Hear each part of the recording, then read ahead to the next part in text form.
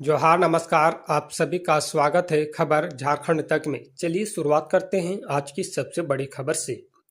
PGT अभ्यर्थियों का नियुक्ति पत्र वितरण कार्यक्रम स्थगित।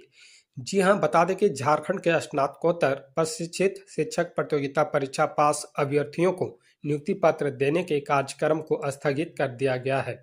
3 जुलाई को 1500 अभ्यर्थियों को नियुक्ति पत्र दिया जाना था, लेकिन मुख्यमंत्री सचिवालय के निर्देश के बाद शिक्षा विभाग ने इसे स्थगित कर दिया है।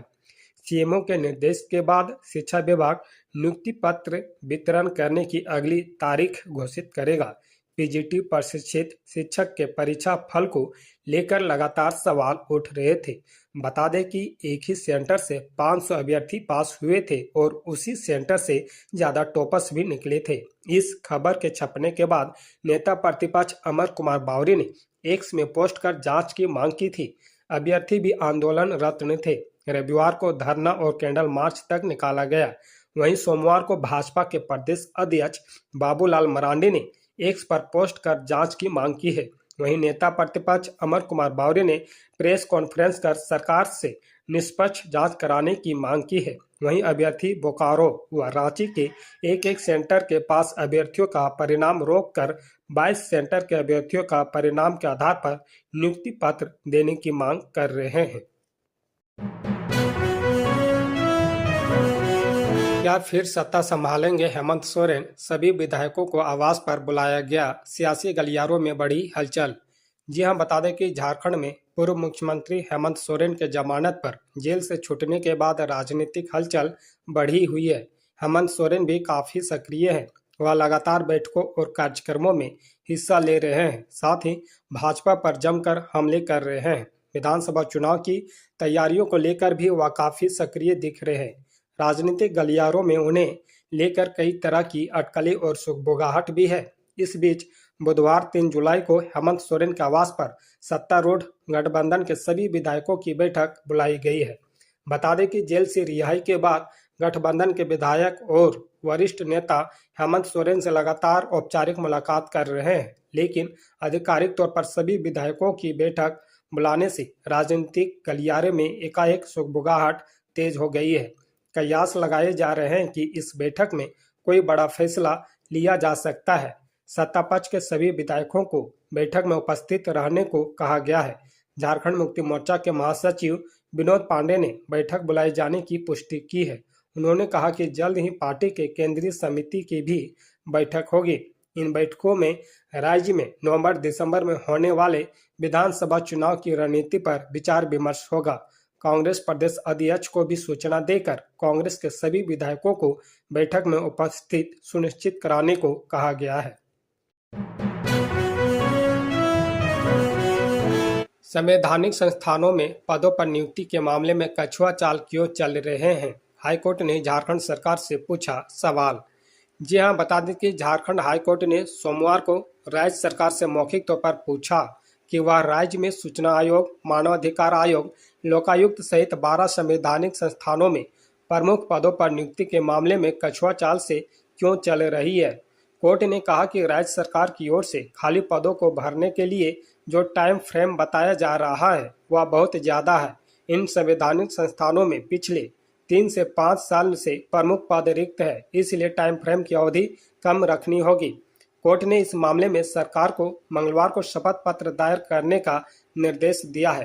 कोर्ट ने संवैधानिक संस्थानों में रिक्त पदों को भरने की मांग को लेकर दायर जनहित याचिकाओं और राजकुमार नामक शख्स की ओर से दायर अवमानना याचिका पर सुनवाई करते हुए यह निर्देश दिया। याचिकाकर्ता की ओर से वरीय अधिवक्ता बीपी सिंह ने कोर्ट को बताया कि सरकार की ओर से कोर्ट को पहले बताया गया था कि विधानसभा में नेता प्रतिपक्ष नहीं होने की वजह से चयनित समितियों का कोरम पूरा नहीं हो पा रहा है और इस वजह से सूचना आयुक्त, लोकायुक्त सहित कई संवैधानिक पदों पर नियुक्ति नहीं हो पाई। नेता प्रतिपक्ष का नाम तय करने में करीब 1.5 साल का समय बीत गया और सरकार अब भी इन पदों पर नियुक्ति के लिए 1 माह से अधिक का टाइम फ्रेम निर्धारित कर रही है। सरकार की ओर से कोर्ट को बताया गया कि सूचना आयुक्त की नियुक्ति के लिए विज्ञापन निकाला गया है। इस पर कोर्ट ने मौखिक रूप से कहा है कि सिर्फ सूचना आयुक्त ही नहीं, सरकार लोकायुक्त, राज्य मानवाधिकार आयोग एवं अन्य संवैधानिक संस्थानों में रिक्त पदों को जल्द भरने की प्रक्रिया पूरी करे।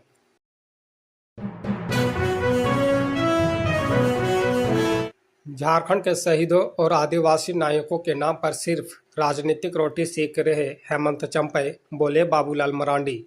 जी हां, बता दें कि झारखंड के प्रदेश भाजपा अध्यक्ष बाबूलाल मरांडी ने राज्य के सीएम चंपई सोरेन और पूर्व सीएम हेमंत सोरेन पर राज्य में स्वतंत्रता संग्राम के शहीदों और आदिवासी नायकों के परिजनों की उपेक्षा करने और उनके नाम पर राजनीतिक रोटी सेकने का आरोप लगाया है।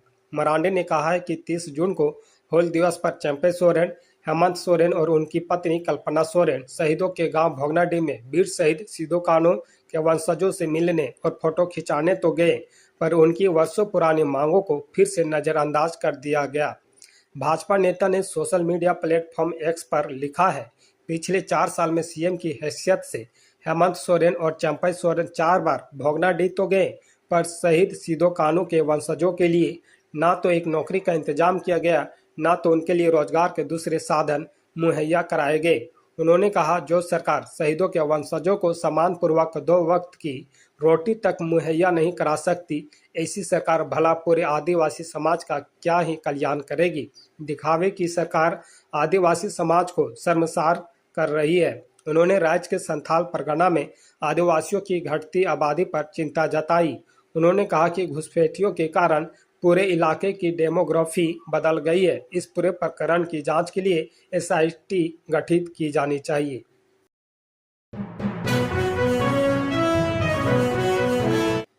झारखंड में इसी माह से 200 यूनिट बिजली मुफ्त मिलेगी, अन्य चार्ज भी नहीं देने होंगे। जी हां, बता दें कि झारखंड सरकार हर माह 200 यूनिट बिजली फ्री देने का प्रस्ताव कैबिनेट से पारित हो गया। 1 जुलाई से इसका लाभ लोगों को मिलेगा। अगस्त के बिल में इसका प्रभाव दिखेगा।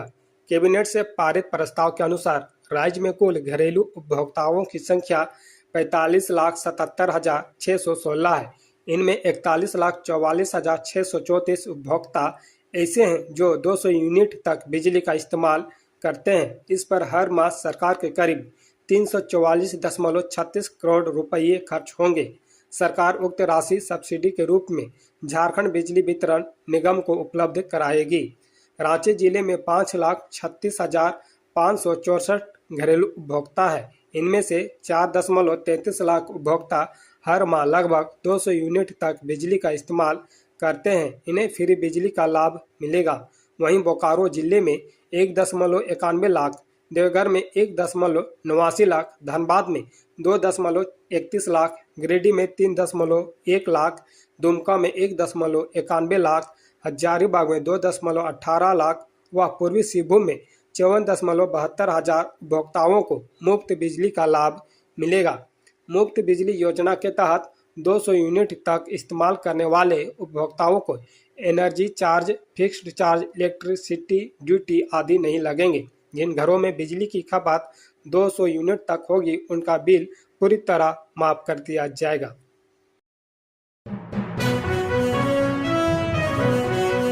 आवासीय विद्यालयों के संचालन के लिए 17 एनजीओ ट्रस्ट का चयन।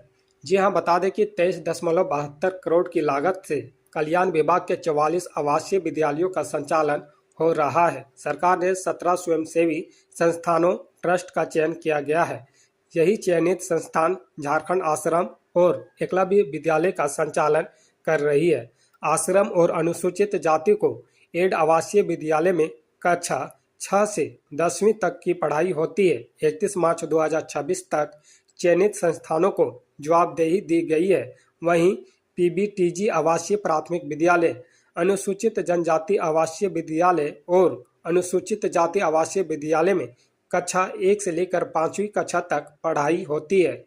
चयनित संस्थानों में Kerala public school trust, society for reformation Chaibasa, Buddha शैक्षणिक विकास परिषद धनबाद, विकास Bharti Bishunpur, Yuva Vikas Kendra Hazaribagh, rural improvement charity Ranchi, Someshwar Nath Mahadev trust Patna, Gyan Jyoti Bagdaha Dhanbad, MK education solution, Saugat foundation Palamu, Radha Govind Shiksha Swasthya trust Ramgarh, सेवा संस्थान दुमका शामिल है।